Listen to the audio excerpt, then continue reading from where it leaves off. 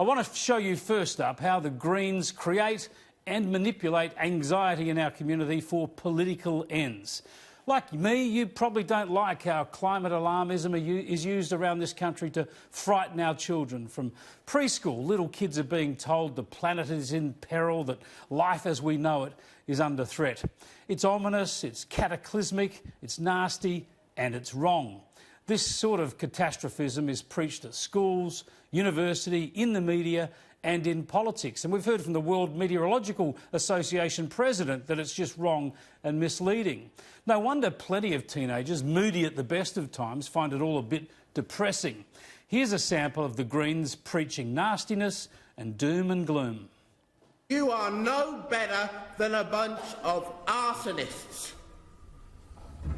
Borderline arsonists. He's part of a generation that is terrified and aghast with what they're seeing with the climate crisis. What we're seeing now has happened with 1 degree of warming and they know we're on track for 3.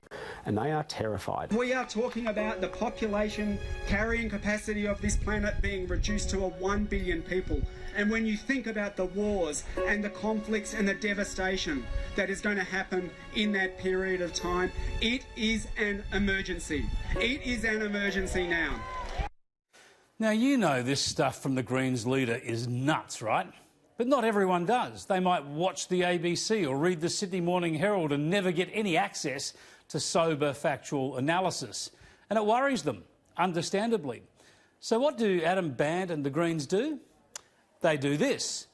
Bandt tells us about meeting a 17-year-old who says she can't think about her future more than a year ahead because when she thinks about what the climate emergency will do to her in 5 or 10 years, it all gets too much.